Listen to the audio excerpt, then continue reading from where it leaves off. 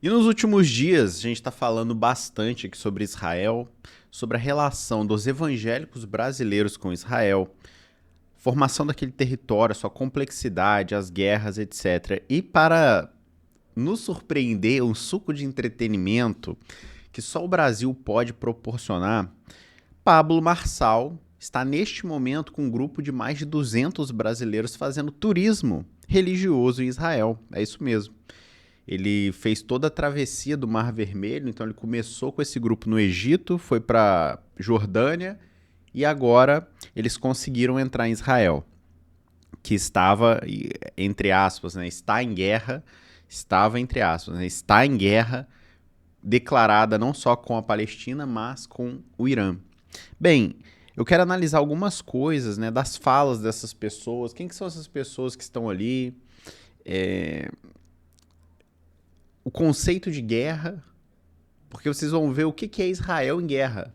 Que esse povo tá, apesar, né, como eu falei, tem uns dias de paz, que é mentira, né? Na verdade, o Trump anunciou, em nome de todo mundo, né, que eles iam negociar a paz, a guerra tinha acabado e na hora seguinte Israel foi lá e bombardeou o Irã de novo, bombardeou de novo e Israel atacou hospitais e pessoas que estavam esperando comida em Gaza. Então, assim, não mudou nada, ok?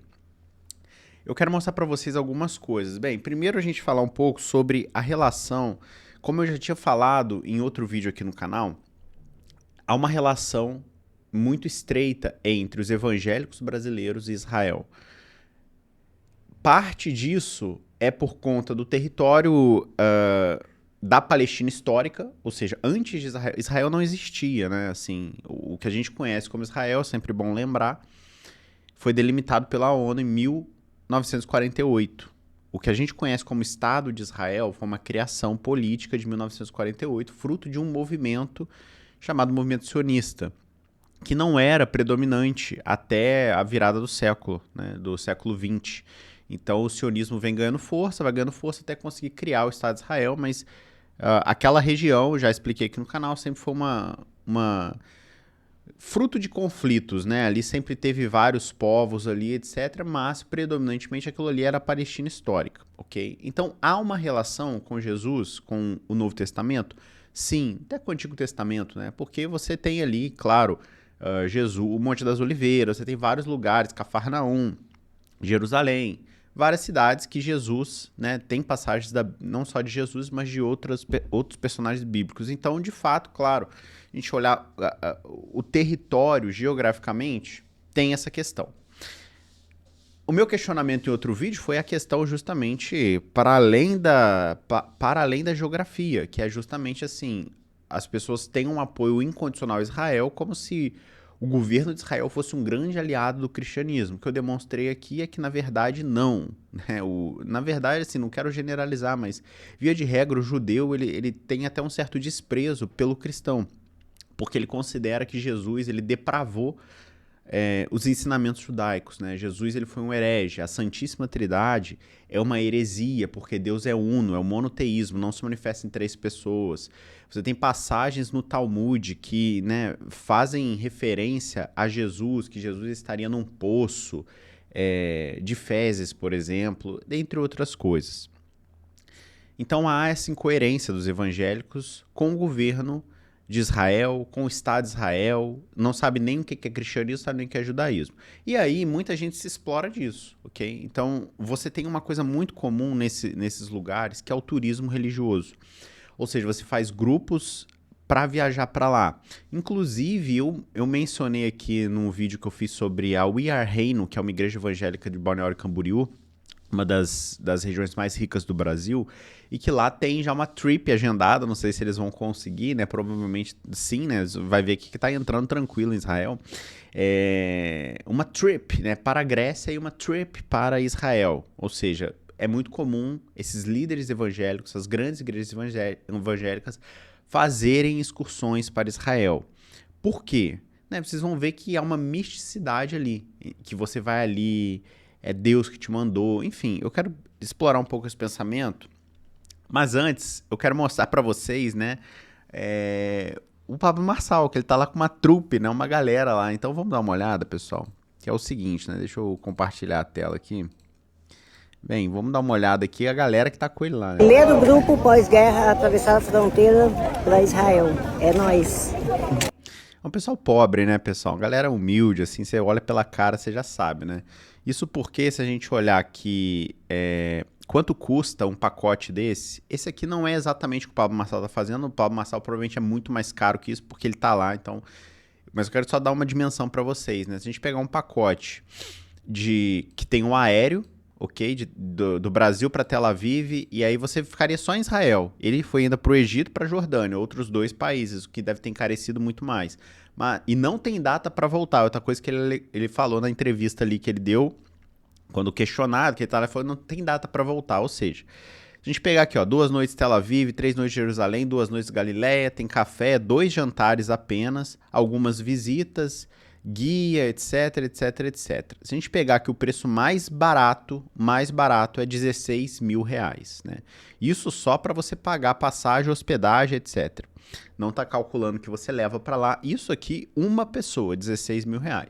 Como é com o Pablo Marçal, e eu não sei exatamente o valor que ele cobra, cara, eu vou aqui arriscar com uma certa segurança que não saiu menos do que 40, 50 mil reais esse rolê pra essa galera aqui. Cada um deles, ok? Cada um deles, 40 a 50 mil reais. Pode ter certeza absoluta que assim, menos que isso não foi. Então você vê que, assim, não é qualquer coisa, não é uma viagem que você tá fazendo ali pra Ubatuba, né? É outro rolê. Eu queria mostrar isso aqui, ó. Estamos aqui na fronteira. Olha a frase dela, assim, você vai ver, assim, claro, ela não vai representar as 200 pessoas que estão ali, mas eu acho que ela mostra um panorama do que esse pessoal pensa, né? Olha só. Para poder entrar em Israel, vamos voltar para casa. Assim, vamos voltar para casa, uma brasileira, né? Vamos voltar para casa. Vamos voltar para a Terra Santa, aquela que o Senhor vai estar vivo. Nós vamos... Ela quase falou, você viu? Que ela quase falou assim, aquela terra que o Senhor nos prometeu. Assim, não fale isso pra nenhum judeu lá, porque você vai causar talvez uma outra guerra. A guerra pausou agora aqui, você vai causar outra guerra. Você fala isso em voz alta lá, que a Terra Santa foi prometida pra vocês, cristãos. Vamos andar nas mesmas ruas que Jesus andou, e eu tenho certeza que o Senhor vai revelar algo poderoso pra nós. Povo de Deus, tá chegando! Outro ponto comum dos evangélicos é essa tara por revelação, né? Sempre assim, não são todos, ok? Mas vocês vão ver que muitos deles acreditam nisso, né? Que você vai para Israel e lá há uma proximidade maior com a divindade, com o sagrado. E essa viagem, Deus vai revelar coisas. E aqui no fundo a gente viu uma bolsinha da Gucci, né? Ó, de 30, 40 mil reais, uma bolsinha dessa, quanto custa? Eu tomei por fora essa bolsinha que traz aqui. Mas você vê o pensamento deles é sempre esse, né? De Deus vai revelar alguma coisa. Porque não são todos. Porque se a gente pegar alguns teólogos, principalmente presbiterianos, que são mais calvinistas, né? Uma doutrina um pouco mais racional, você vê que pessoas que já foram para Israel, são calvinistas, por exemplo, assim, eles não veem misticidade em Israel. Tipo assim, é um lugar como qualquer outro. Então eu já vi entrevista do Augustus Nicodemos, por exemplo, falando, ei, Israel é isso tudo, mas você fala, cara, Israel, assim, é legal tal, mas não há, assim, Israel não é mais sagrado que o seu quarto, né? O Monte das Oliveiras não tem mais sacralidade, né? Deus não vai te revelar alguma coisa porque você está lá que ele não te falaria em casa, por exemplo. Então você vê que aqui há um pensamento místico de que Israel, né, vai revelar as coisas, Deus vai falar com você, te revelar as coisas, etc. Que é uma coisa que permeia principalmente essas igrejas neopentecostais pelo Brasil afora, né? Tem outro... Gente, estamos na fronteira de Israel, vamos entrar. E aí, estamos entrando em Israel, primeiro grupo de brasileiros pós a guerra. Pobre, né? É isso aí, bora! Momento mais Cara, só de a gente decidir. Esse stories é legal. Momento Olha só a mais. fala dele. Cara, só de a gente decidir vir pra cá era um sinal que essa guerra ia acabar. Ai, sim. Eu queria ter essa autoestima, né? Que é assim, olha, a gente decidiu que ia vir pra cá no meio da guerra. A gente veio no meio da guerra. Eles já estavam no Egito quando a guerra estava comendo. E eles ficaram esperando para ver se conseguia entrar. E segundo eles foram o primeiro grupo do mundo a entrar em Israel, porque estavam fechadas as fronteiras. Então você vê que, assim, há uma autoestima de, olha, eu decidi pagar 40, 50 mil reais pra vir pra cá no meio da guerra, pelos meus interesses, né, pra me satisfazer um desejo, um sonho, alguma coisa minha. E, assim, isso foi um sinal que a guerra ia acabar. Assim, é um negócio impressionante, assim, essa autoestima, né, de que você tá indo pra um local no meio de uma guerra e a guerra parou porque você tá lá, né, assim, um alecrim dourado, né. E aí, nós, pra olharmos aqui, enfim, aí ele vai passar vários stories aqui, mostrando, né, ele chegando. Aí que ele dá o testemunho, né, que eles conseguiram finalmente entrar em Israel. E que ninguém acreditava que eles conseguiram, etc, etc, etc. Né? Aí já fizeram um culto aqui, né, no Monte das Oliveiras. Isso aqui é importante, né? Apenas um parêntese para reflexão de vocês. A gente fala muito Israel, Palestina, faixa de Gaza, né? Guerra.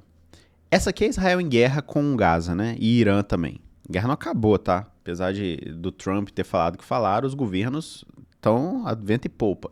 Essa aqui é Israel, ok? Com 200 turistas brasileiros no meio da guerra, né? Olha só, esse é o clima. Deixa eu mostrar pra vocês o que é Gaza nesse exato momento. Isso aqui é Israel, ok? Monte das Oliveiras, região turística de Israel, 200 brasileiros aqui. Essa aqui é a faixa de Gaza no mesmo momento, né? Verdade, isso aqui foi 20 de junho, alguns dias atrás. Então, isso aqui é a faixa de Gaza. Deixa eu voltar. Israel é isso. Então, assim, isso aqui é uma guerra mesmo. Porque, assim, um lado tem exército, o outro não tem. Um lado tem Estado, o outro não tem. Um lado tem apoio dos Estados Unidos, o outro não tem. Então, apenas para sua reflexão. Porque a gente fala muito guerra. E a gente imagina guerra, a gente imagina duas potências, né? Alemanha e Estados Unidos, Alemanha e União Soviética. Mas, na verdade, a guerra é isso aqui, ó, que a gente tá falando, né? Isso aqui é Gaza. A famosa faixa de Gaza é isso aqui, ó. Isso é Gaza. Então fica para reflexão. Depois você pode pesquisar, inclusive. Faixa de Gaza, pesquisa aí no YouTube, você vai achar alguns vídeos de lá da faixa de Gaza. Isso aí é a faixa de Gaza. Bem, e aí é importante lembrar isso, né? Olha, o coach que colocou em perigo 32 pessoas no Pico do Marins em SP afirma que quem não quer correr risco fique em casa vendo stories. É o mesmo discurso que ele usou para ir para Israel, com um adendo, né? O que aconteceu? Eles subiram, mais de 60 pessoas, metade desistiu, ele ainda conseguiu subir com 32 pessoas no alto de uma montanha, sem guia, sem instrução, sem treinamento. O que aconteceu? 2 horas da manhã eles acionaram um bombeiro para resgatar, porque começou a chover, ventos de mais de 100 quilômetros e provavelmente essas pessoas morreriam no alto daquela montanha. E aí o que aconteceu? Ligaram para os bombeiros e os bombeiros prontamente foram lá resgatá-los, ok? Então você vê que os bombeiros foram lá e resgataram eles. Sabe o que vai acontecer se der uma guerra aqui e acontecer alguma coisa? Eles vão acionar o Brasil e o Brasil vai mandar os aviões da FAB, da Força Aérea, para resgatar todos eles aqui em segurança. É isso que vai acontecer. Mas o discurso que ele faz é esse aqui, olha. Olha lá. Quem não quer correr risco, fica em casa vendo stories. Se acompanhar os stories, ele vai falar a mesma coisa, né? Que tá em guerra e tal, mas dane-se, né? Eles tiveram coragem, estão lá vivendo o inacreditável, contato com Deus. E aí tem alguns stories que ele faz uma... Eu não sei qual é aqui, né? Mas ele dá a entender que eles estão criando alguma coisa lá, ó. Iniciar a plataforma global de Israel com um método IP. Eu não quero nem saber o que é isso, mas assim...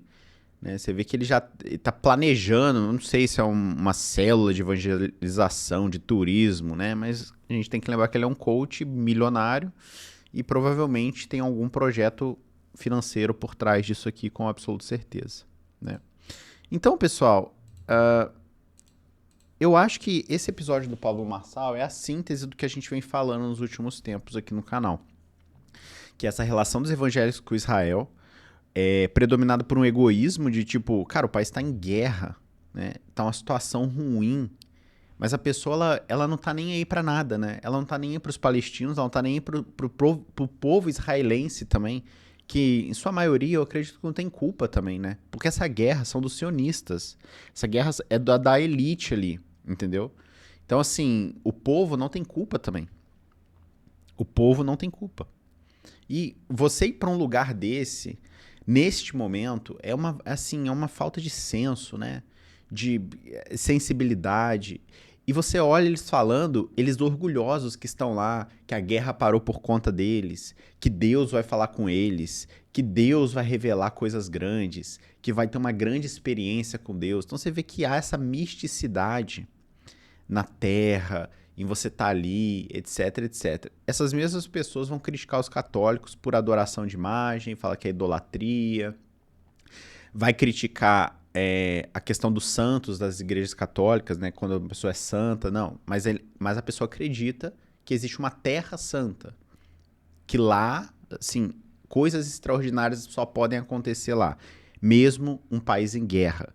E outro lado que eu mostro aqui, além de ser 30, 40, 50 mil reais uma aventura dessa para uma pessoa, a gente tem a questão da guerra, né? Porque você vê que Israel, em guerra, eles estão no Monte das Oliveiras fazendo louvor. Gaza tá tomando chuva de bomba enquanto tá na fila para pegar comida. Então, será que é uma guerra mesmo? Assim, um conceito guerra é um conceito adequado pra gente usar? Quero saber o que vocês acharam disso, né? Vocês já tinham visto essa notícia? É assim, o Pablo Marçal é o suco do Brasil, eu acho que ele representa muito bem também. E porque eu falo assim, você fala assim, mas o Marçal é um doido. Cara, doido? Não sei se é doido, porque ele tem 12 milhões de seguidores. Nenhum doido tem 2 milhões de seguidores. Ou seja, há muita gente, ele se candidatou, inclusive, para cargos políticos, etc. Então, o que tá por trás disso, né? Não do Pablo Marçal, mas assim, as pessoas seguirem ele, a pessoa pagar 40, 50 mil e embarcar com ele para Israel, né? Por que não foram para Gaza, né? Vá lá para Gaza. Jesus andou naquela terra da Palestina inteira também. Por que você não dá um rolezinho lá para concluir a sua jornada? Não vamos dar ideia, porque talvez ele aceite isso também e leve essas 200 pessoas e aí o Brasil vai ter que ir lá resgatá-los, assim como com dinheiro público tiveram que resgatar ele em cima de uma montanha, com 32 pessoas. Quero saber o que você achou disso tudo, comenta aqui embaixo. Daqui a pouco a gente volta com mais vídeos nesse suco de entretenimento que é o Brasil.